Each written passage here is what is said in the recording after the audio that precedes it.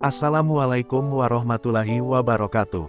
Halo sahabat, kali ini saya membawakan cerita yang membuat kalian menangis dan gemas mendengarnya.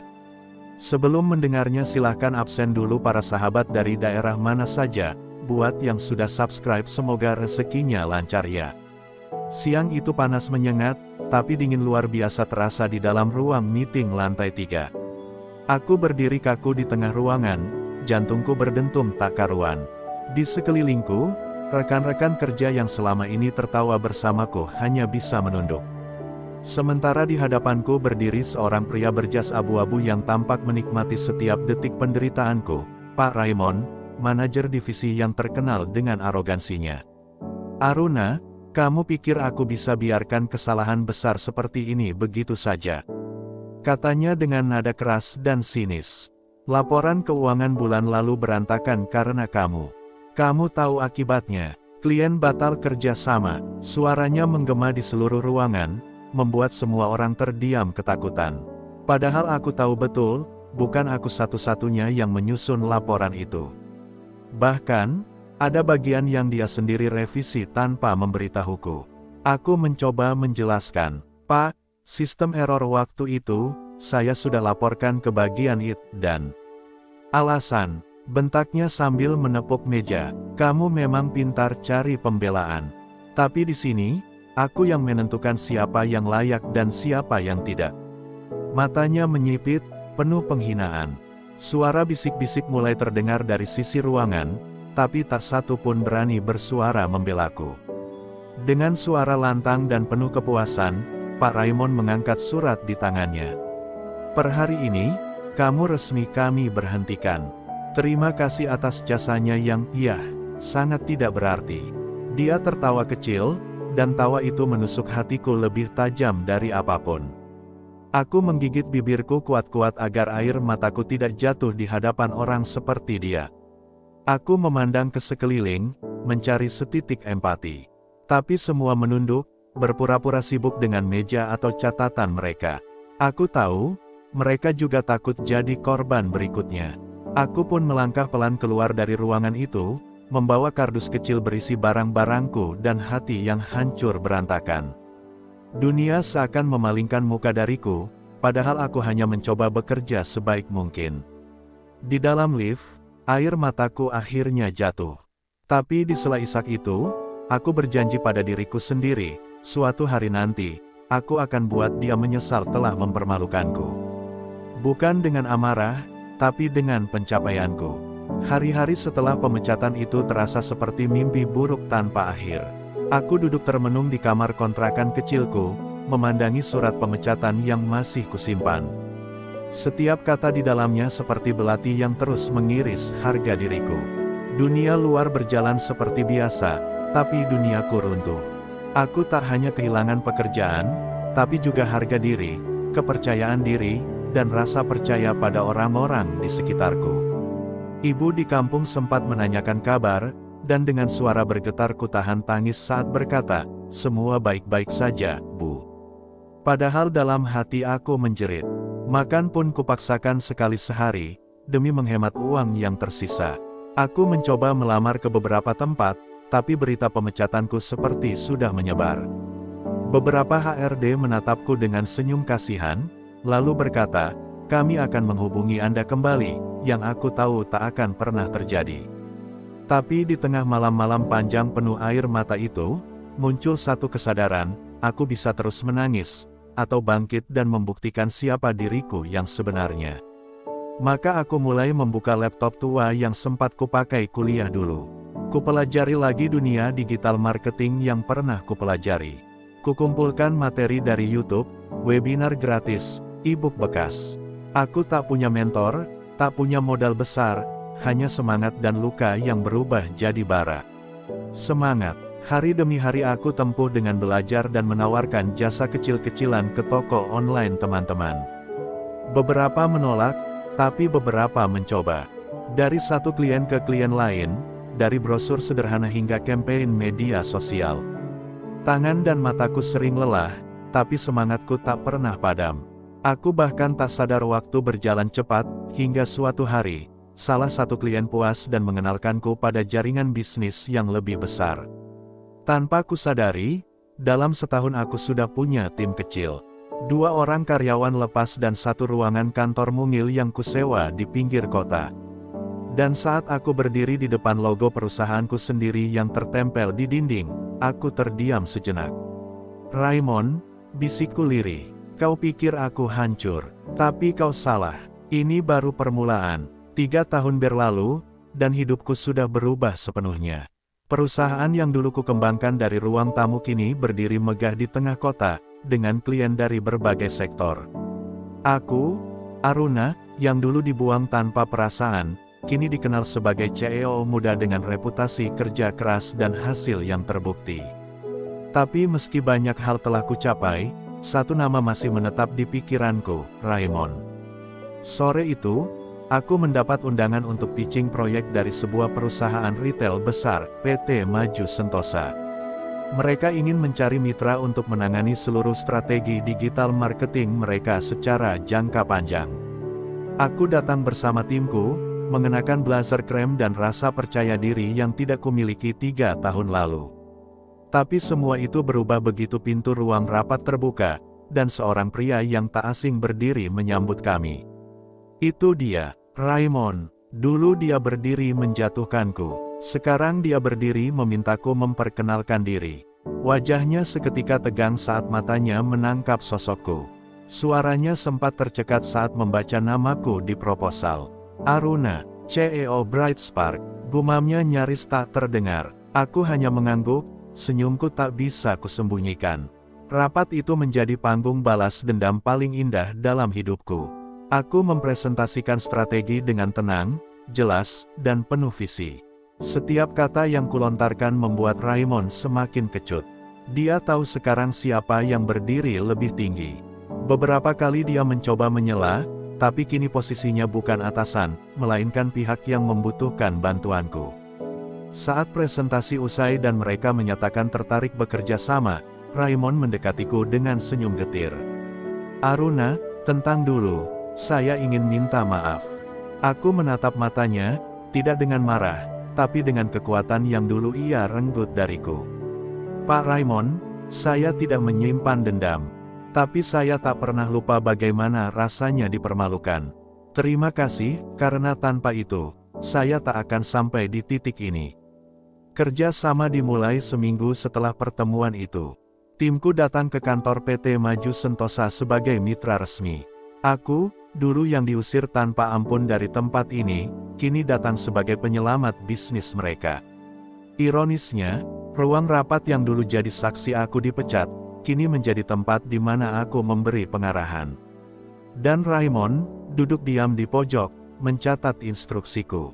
Setiap langkah di koridor kantor itu membawaku pada kenangan kelam, tangis yang kutahan di lift, tatapan iba dari rekan kerja, dan kotak kecil berisi barang-barangku yang kubawa pulang dengan hati hancur. Tapi kini, semua berubah. Para staf menyapaku dengan hormat, beberapa bahkan mengenal reputasiku. "Ibu Aruna," kata mereka, dan aku hanya bisa tersenyum, karena tak ada yang tahu aku pernah di sini sebagai korban. Raymond terlihat gelisah tiap kali aku berbicara dengan timnya. Beberapa staf yang dulu menunduk, kini diam-diam memandangku dengan kagum. Dan di balik itu semua, aku bisa merasakan gengsi Raymond runtuh sedikit demi sedikit. Ia bukan lagi sosok angkuh yang memegang kendali, tapi seorang pria yang terpaksa mendengarkan orang yang dulu dia rendahkan. Suatu hari, saat rapat selesai dan semua sudah keluar ruangan, Raymond menahanku. "Aruna, aku serius minta maaf. Aku terlalu sombong dulu. Aku hanya merasa kamu ancaman waktu itu, karena semua orang mulai memuji kerjamu. Aku tak bisa terima itu." Aku menatapnya, tak dengan amarah, tapi kelegaan. "Saya tidak butuh penjelasan, Pak. Yang saya butuh dulu hanyalah rasa hormat, bukan permohonan maaf setelah semuanya hancur." Suaraku tegas, dan kali ini dia benar-benar tertunduk. Aku keluar dari ruangan itu tanpa menoleh lagi. Tidak dengan dendam, tapi dengan harga diri yang utuh.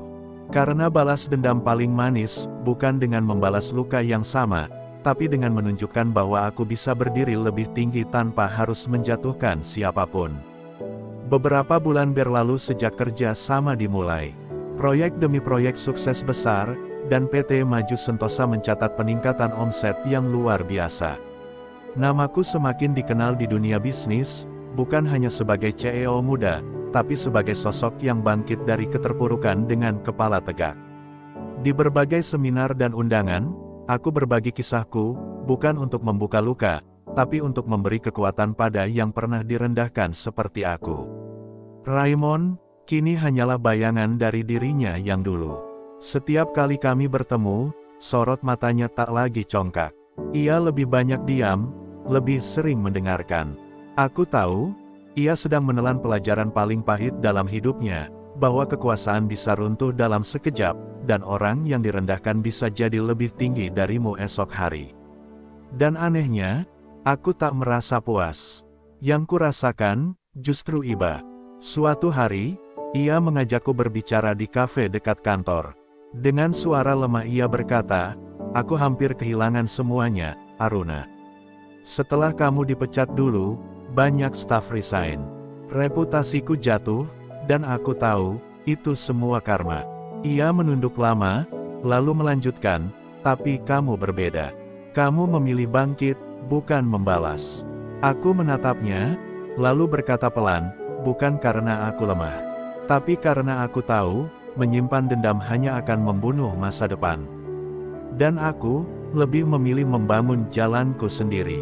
Aku bangkit dari kursi, meninggalkannya yang masih terpaku.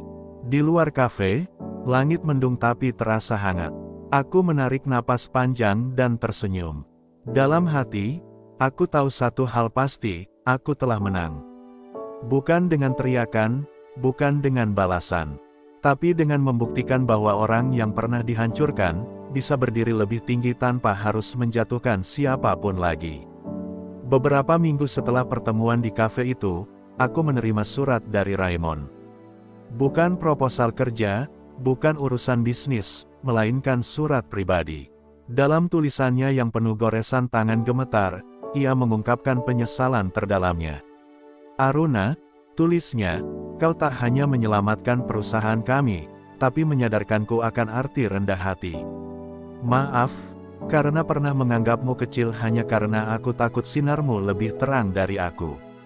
Kubaca surat itu berulang kali dengan mata yang sedikit basah. Siapa sangka, pria yang dulu membentakku di depan umum, kini menulis dengan jujur tentang luka dan rasa bersalahnya. Namun, yang paling menyentuh adalah kalimat di akhir, "Kau membalas dendam tanpa satu pun kata kasar." Dan itu membuatku lebih malu dari semua hukuman.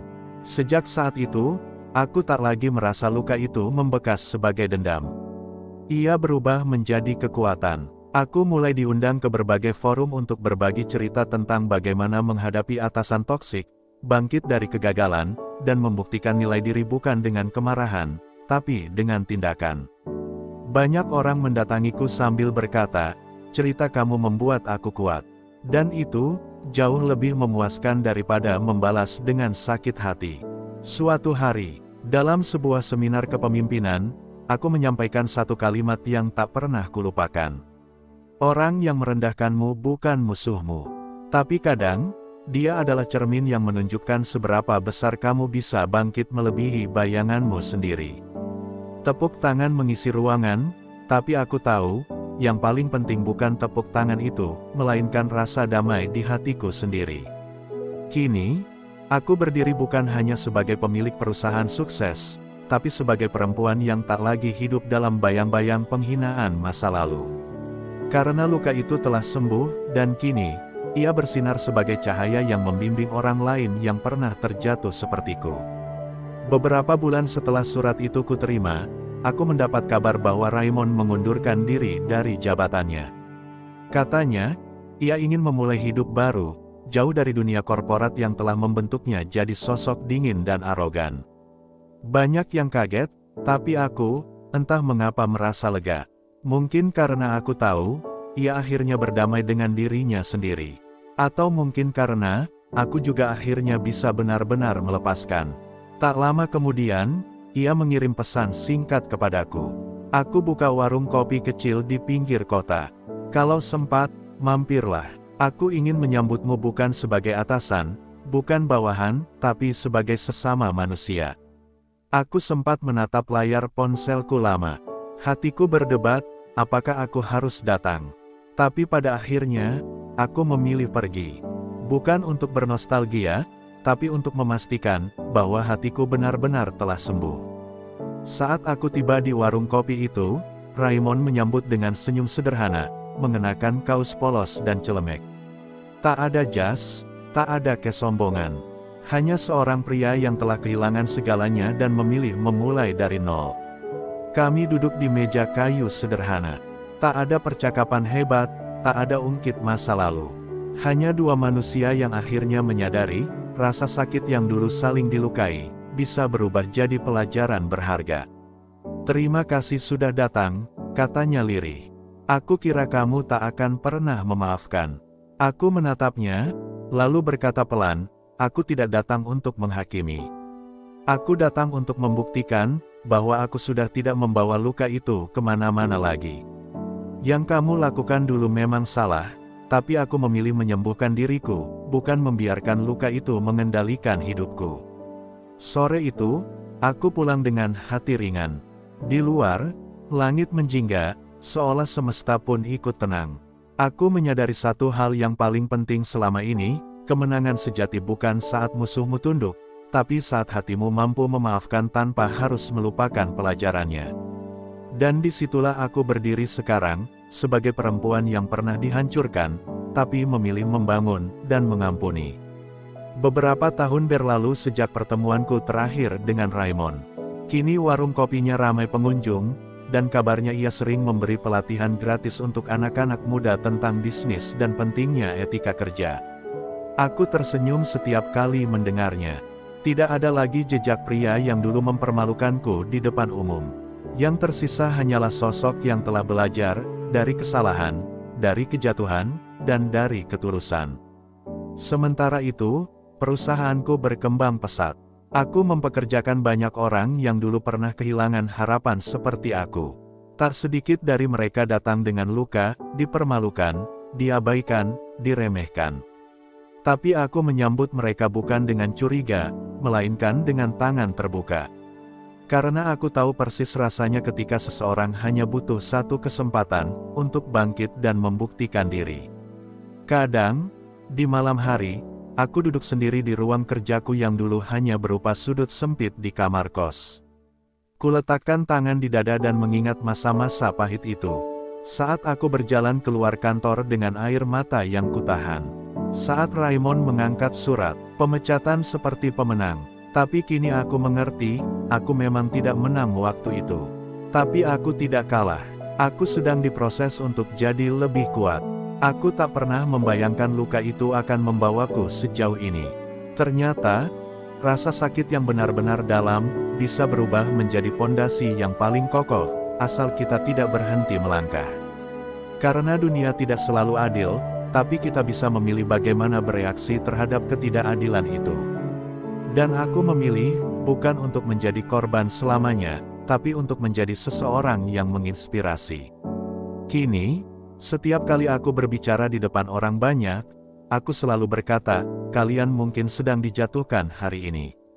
Tapi percayalah, jika kalian bertahan, belajar, dan tetap baik, maka suatu hari, kalian akan berdiri bukan hanya sebagai pemenang, tapi sebagai penyembuh. Karena dalam hidup ini, yang paling sulit bukan membalas, tapi memaafkan dan tetap berjalan dengan kepala tegak. Kini aku berjalan bukan lagi sebagai gadis yang pernah dihina, tapi sebagai sosok yang memahami bahwa harga diri tidak ditentukan oleh bagaimana orang memperlakukan kita, melainkan bagaimana kita bangkit saat dihancurkan. Luka itu tak lagi perih, justru menjadi saksi perjalanan yang membentukku jadi lebih kuat, lebih bijak, dan lebih mengerti makna sejati dari kesuksesan.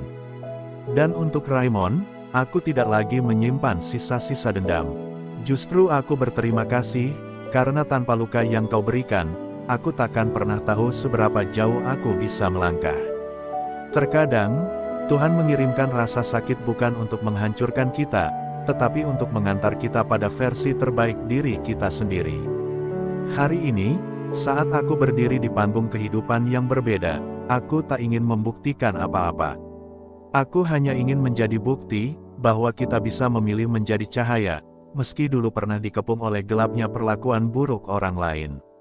Karena sesungguhnya, kemuliaan tertinggi bukan saat kita menangis karena disakiti, tapi saat kita tersenyum karena mampu memaafkan.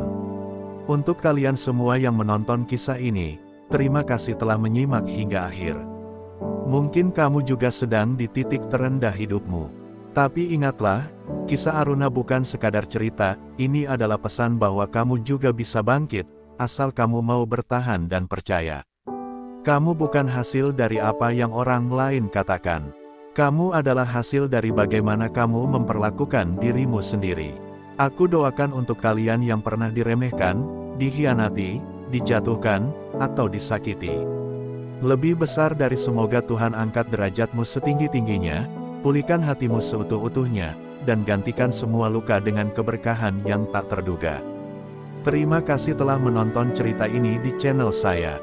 Jangan lupa untuk like, komen kisahmu di bawah, dan share jika menurutmu cerita ini bisa menguatkan orang lain. Sampai jumpa di kisah inspiratif berikutnya. Salam hangat dan penuh semangat.